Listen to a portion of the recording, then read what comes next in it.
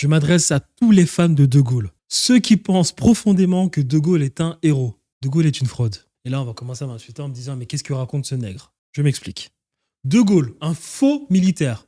Parce que oui, quand on est militaire et qu'il y a la guerre chez toi, tu vas pas ailleurs. Tu restes sur le terrain. Et on n'a pas attendu De Gaulle le 18 juin pour continuer la résistance. Pétain en parlait déjà dans ses journaux. Bref, c'est pas le sujet. Vous avez quand même un mec qui savait pertinemment que la France n'avait jamais atteint autant de niveau de corruption, que la 3e et la 4e République étaient extrêmement corrompues, et qu'il y avait une nouvelle mode qui s'appelait les partis politiques qui était en train de prendre de l'ampleur, et que des personnes extrêmement corrompues pouvaient avoir accès à l'appareil étatique. De Gaulle savait pertinemment que si cela continuait, la République allait continuer d'être aussi instable. C'est très intéressant, il met la 5e.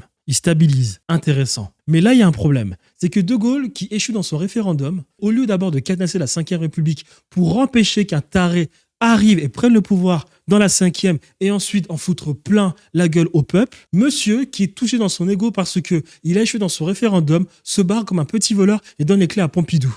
Voilà le problème de De Gaulle. Un homme qui savait pertinemment que le futur n'était pas assuré pour ce qui était du futur de l'appareil étatique, au lieu de cadenasser la 5e République parce qu'il a quand même donné les pleins pouvoirs à un président, du coup le président de la 5e, non, il est parti comme un voleur. Et là, on pourrait quand même se poser certaines questions. Parce que De Gaulle était entouré de personnes très douteuses. On n'a rien contre Pompidou, mais il sortait quand même de la banque Rothschild. Michel Debré, qui écrit la 5e Constitution, vient d'une famille juive qui a toujours eu accès au pouvoir étatique sur les dernières années qui précédaient. Et quand on dit accès au pouvoir étatique, on parle du vrai pouvoir, pas de petites familles qui essayent tant bien que mal d'avoir accès à l'État. Donc De Gaulle, qui n'a pas protégé le peuple en cadenassant la 5e République avant de partir, était entouré quand même de personnes assez douteuses qui ont fait fortune dans l'esclavage, qui ont même dû changer de nom et qui au final se sont mis à contrôler l'appareil étatique pour continuer leur petit business sur le dos du peuple français.